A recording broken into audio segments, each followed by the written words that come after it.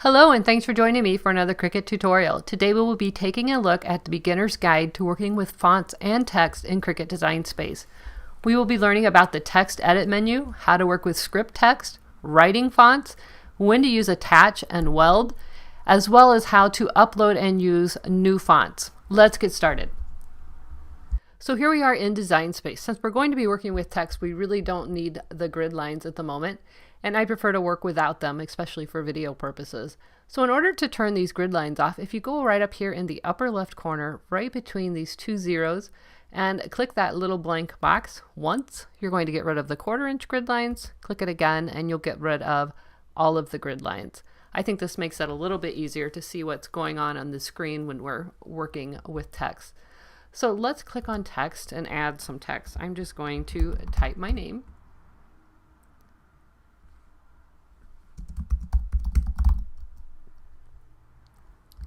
Perfect.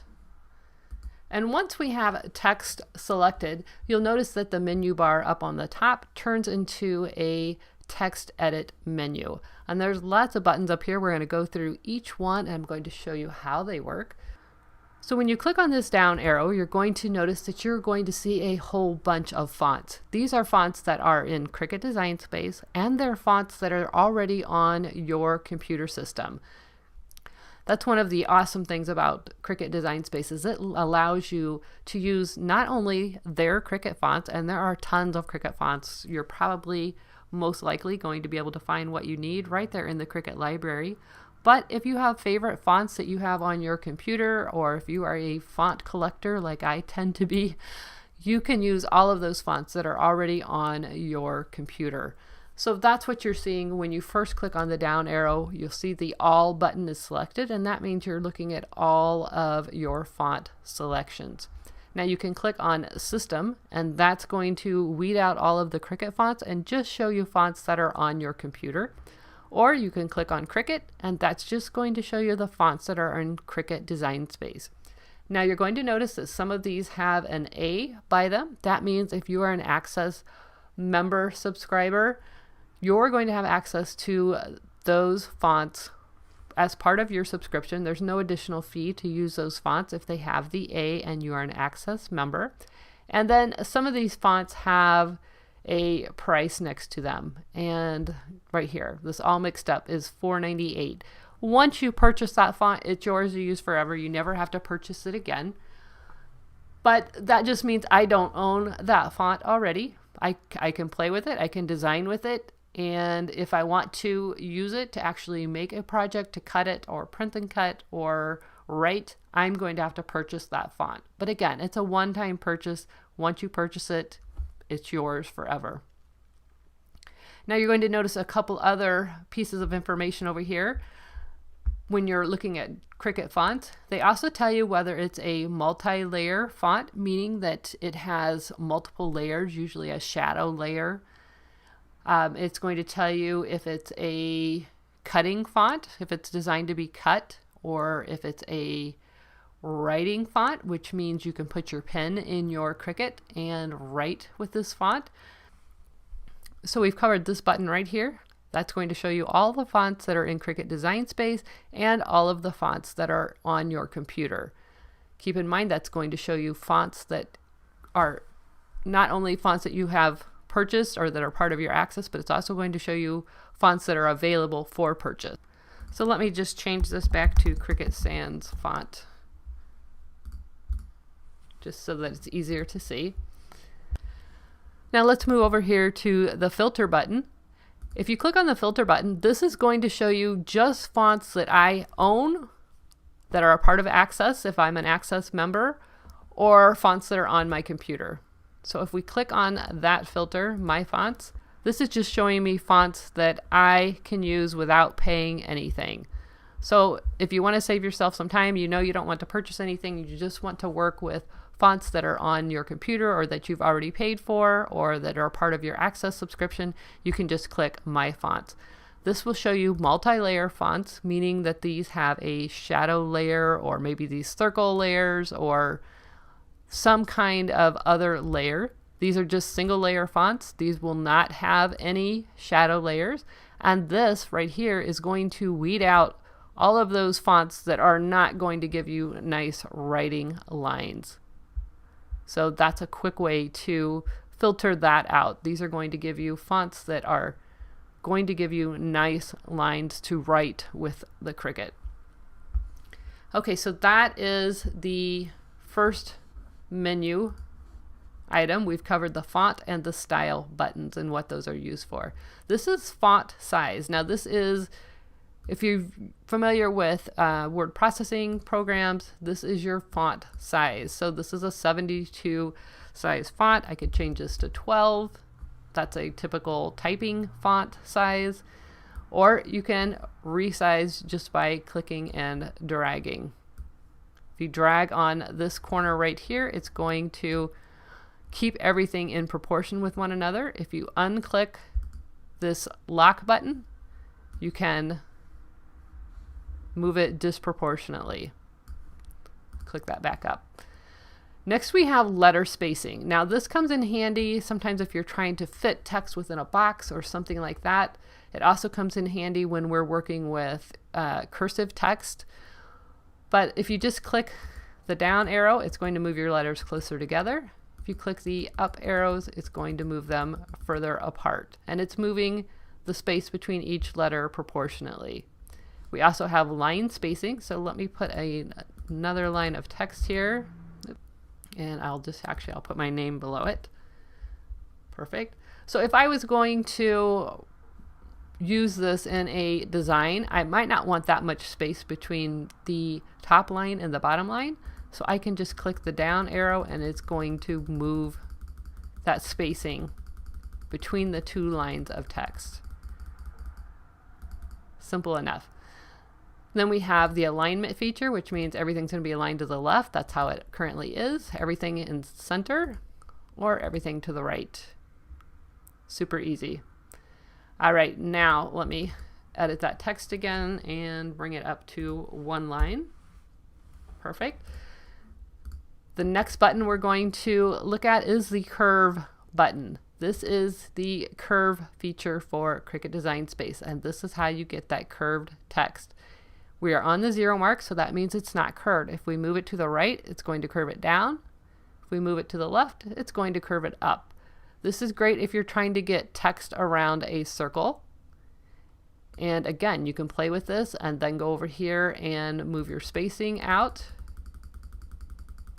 So if you're trying to go around a circle, maybe you don't want it quite so bowed, you could pull it back up. And if you want to mimic this text, let's copy this text. I'm going to duplicate it. So say I'm going to go around a square and I want to go up on, or I mean around a circle, and I'm going to go down on one side and I want to go back up the circle on the other one. If you click this curve and you see the number 21.789, if I click this one, click curve, put that same number in but with a negative number. So I'm just putting a minus in front of that 21.789, click enter, and now we have a perfect matched curve with the text going in the other direction. So that's a little fun way to use the curved text feature. Let's move this back to 0, or we can just type in 0. That's going to put me back into a straight line of text. Now we have this advanced feature. So if you look at my name, I kind of, when I just look at it, I think it looks to me like there's more space between this E and the K than there is the rest of it. And I don't particularly like that. And this is a feature that you'll use a lot with script text. So I'll show you that in just a second. But if I wanted to move this E closer to the K and I hit letter spacing, unfortunately, it's moving everything else with it, and that space is remaining proportionately different. So I want to change that.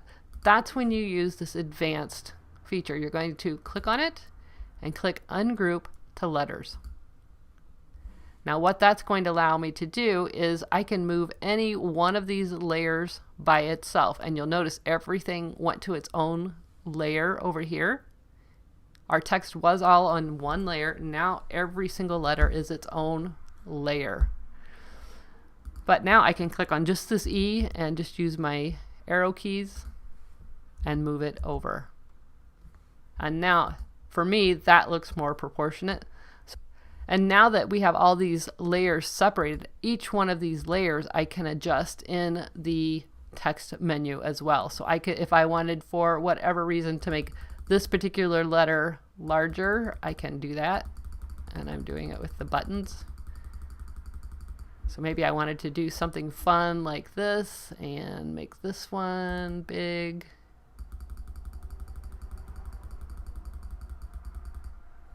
So now I have the ability to work with each one of these letters separately. Now keep in mind, if I wanted to move this word, I can't do that because each letter is separate. So let's get this back to the right size. So they're 108.24. I'm going to change all of these to 108.24. Get this back. All right, so now we have our word back. Now, if we wanted to be able to move that all together, we would select it all, right click and attach. And now we can move this as one item again. Or you could group it together. Either way, I prefer attach because then it still gives me the ability to move all of these. You can also weld this together, but if you weld it, watch what's going to happen in the layers panel. Everything's back to one layer, which is nice, but I can no longer go in and edit this as a font. It is now a shape. So in order to keep a word together, but still be able to go back and edit the text if I want to, I click attach. If you click weld, it's no longer text. It's now a shape. It looks like text, but Cricut Design Space is looking at it as a shape. And if you save the file, you're not going to be able to unweld it. And the only way you could unweld this now is to click undo and undo any step that you have done after. So I recommend when you're working with text, don't weld it unless there's a reason for it. So I'm going to get rid of this and I'm going to put some text back in here. Let's just do my name again. And I'm going to do my name like this. All right. So again, we're back at this advanced menu. Now you're going to notice when we click drop down, we also have ungroup to lines. What that means is if we click ungroup to lines, now I can edit this line of text and this line of text. I've just made two layers out of the one layer by the line. So that's a great way if, say, I was trying to do something maybe like this, make a logo. I could do that without having to undo or reset the size of each letter. I can change the text to ungroup to lines. Does that make sense? Let me show you that again. Text. Lori. So here we are.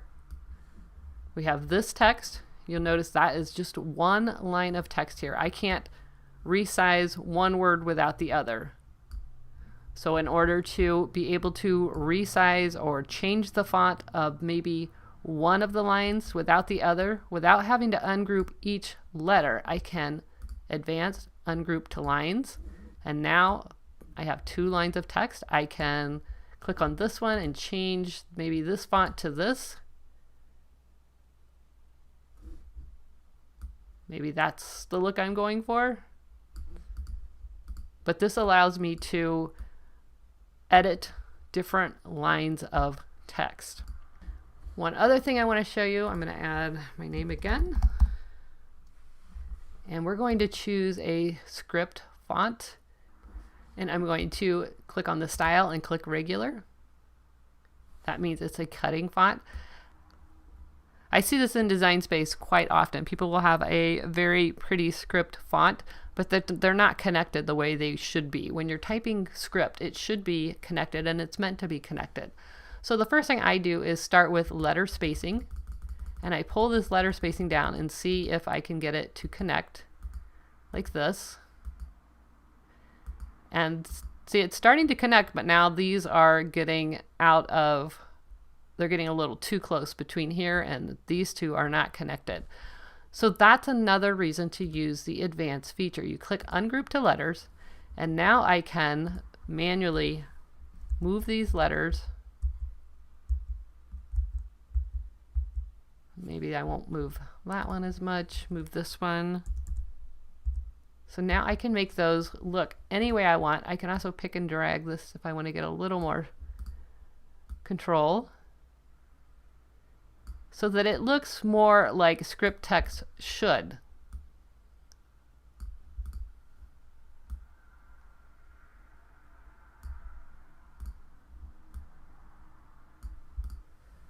So it looks more like that instead of, you know, 6 separated script letters that are not connected. That is another reason to use isolate text. Now, another thing I will tell you, if you're cutting vinyl, a lot of people will say, oh my gosh, I cut it and it's cutting between each letter. I don't want it to do that. It looks on the screen like they're all touching. And I can make these a little bit. There we go. It looks on the screen like they're touching, but when it cuts it out, it's cutting between it. That is because these are all separate layers. Everything is looking like it's going to cut individually. Let's hit make it, and you'll see what I mean. See, it's cutting each letter separately. They are not connected. These are not even in the order that I want them.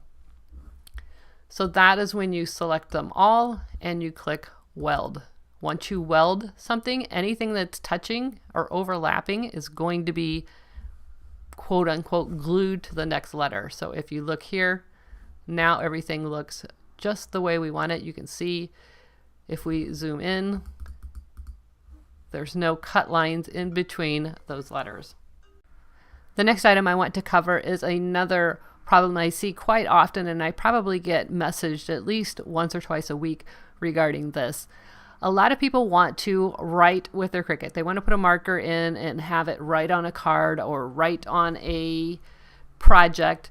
And what happens is they choose a font and they go over here in the layers panel and they change it to write.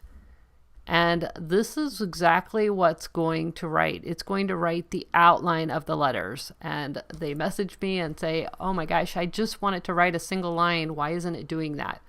Well, that is because they have chosen a font that, if you click over here in the style menu, does not have a writing style. So when you're choosing your fonts, and we covered this when we were looking at this menu, but you see how this one says single layer cutting, but it doesn't say writing. Watch what happens if I choose this one that says single layer cutting, comma, writing. This one has a writing style. So we're going to change this one to writing, and over here in the style menu right up here, we're going to change it to writing. And there you go. Now you've got a single line that you're going to be able to put a marker in your Cricut Explorer or your Cricut Maker, and it's going to write single lines rather than an outline. So if you're getting an outline when you're trying to write, it's probably because you don't have a writing style font chosen. So make sure when you pick your font that you're choosing one that says writing. If you choose one that does not, when you go to the style menu drop down right here, it is not going to show the writing option, and you're going to get the outline of the letter. So let's click undo and get this back to the way it was. Now let's look at these menus up here on the top. We have undo, redo. That's self-explanatory. If you change something and you decide you don't want it, you can hit undo. Decide you want it back, hit redo. Deselect, I have the font selected. If I click deselect, now it's not selected. The edit menu, this means I can cut. That's not changing it to a cut file. That means it's going to delete it, like cut it out. So if I click that, it's going to take it out. Let's hit undo, hit edit. I can copy and paste it as well. I can hit copy, paste, which is the same as duplicate. Copy, edit, paste. The difference between copy, paste, and duplicate is copy. You can copy it and do some other stuff and then paste it back later, where duplicate is instant. So that's the edit button. We also have flip. So if I wanted to flip this horizontal, I could do that. I can flip it vertical like that, hit undo. Now if you're working with vinyl and you need to flip it, you can do that on the cutting mat screen. You don't need to do that here, but perhaps you're working, you want to, let's just say, let's duplicate this, and maybe you wanted to do something cute like this, flip horizontal, and you meant to do it on your design like this, you can do that. I really don't use that feature very often with text.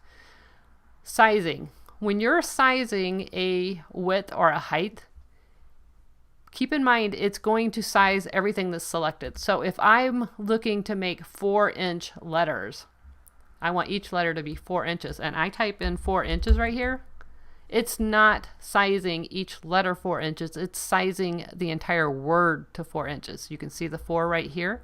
That means from this end of sunshine to that end of sunshine is 4 inches.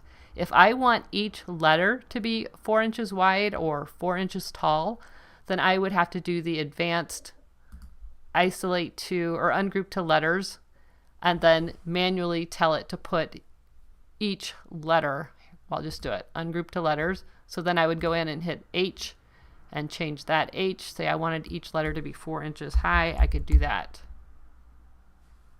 So keep in mind when you're working with a word that when you're, whatever's chosen, everything that's in that box, it's going to take the widest width and make that the width that I choose or the height that I choose.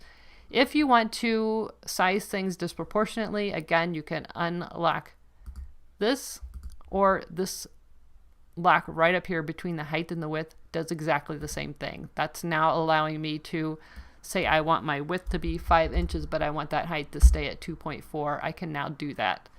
If it's in the lock position and I choose a width, it's going to automatically adjust the height. So next button we have is rotate, and this is going to do exactly what you think it's going to do. It's going to rotate.